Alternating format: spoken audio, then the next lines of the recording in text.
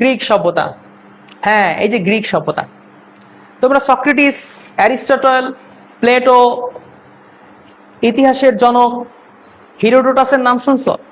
ইতিহাসের জনকের নাম কি জানো? ইতিহাসের জনক কে? এই যে ইতিহাসের জনক, এই যে আঙ্কেলে, এই আঙ্কেল হিরোডোটাস। তোমরা পিথাগোরাসের ই করছো না? এই যে পিথাগোরাস, ঠিক আছে।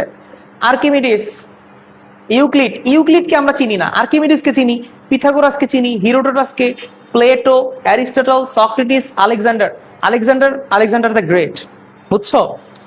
এই সবাই গ্রিক সভ্যতার অন্তর্ভুক্ত এলাকায় জন্মগ্রহণ করেছেন, অর্থাৎ গ্রিসে জন্মগ্রহণ করেছেন, বুঝছো?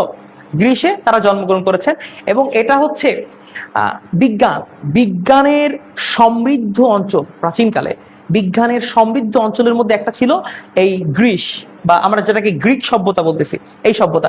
এবং এই সভ্যতার দান হচ্ছে এই এরা, Alexander, Socrates, Aristotle, Plato, হিরোডোটাস, Pythagoras, Archimedes, প্রত্যেককে আমরা চিনি, শুধু এই আঙ্কেলকে চিনি না, ইউক্লিড, তাই না? ইউক্লিডকে চেনো তোমরা কেউ?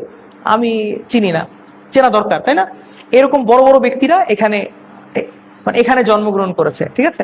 তারপরে এখানে আমরা একটু পড়ি, ইউরোপের দক্ষিণে অবস্থিত আড্রিয়াটিক ভূমধ্যসাগর ও এজিয়ান সাগর পরিবেষ্টিত এবং অসংখ্য দ্বীপাঞ্চল সম্মিলিত গ্রিস ছিল প্রাচীন সভ্যতার বিদ্যাপীঠ। গ্রিসের এই ভৌগোলিক অবস্থান প্রাচীন গ্রিসে গড়ে ওঠা সভ্যতাকে অন্য সব প্রাচীন সভ্যতা থেকে আলাদা করেছে। গ্রিকবাসী তাদের দেশকে হেলাস বলতো এবং তারাই সভ্যতা গড়ে তোলে যা হেলেনিক সভ্যতা নামে পরিচিত, ঠিক আছে।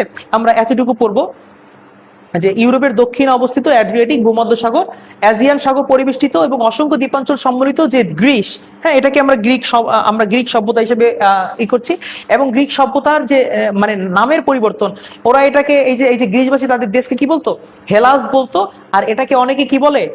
হ্যাঁ হেলেনিক সভ্যতা বলে। তার মানে প্রশ্ন আসবে, প্রশ্ন এসেছে এরকম নৈবিত্তিকের মধ্যে, তোমরা দেখবা হেলেনিক সভ্যতা কোন সভ্যতার অপর নাম? হেলেনিক সভ্যতা কোন সভ্যতার অপর নাম? কোন সভ্যতা বলতো? গ্রিক সভ্যতা, বুঝতে পারছো না? আচ্ছা, এই ব্যক্তিগুলো, আচ্ছা এরকম প্রশ্ন আসতে পারে, অ্যারিস্টটল কোন সভ্যতা সম্পর্কিত ব্যক্তি? গ্রিক, তাই না? প্লেটো, হিরোডোটাস, সক্রেটিস, এরকম তোমাকে প্রশ্ন করবে।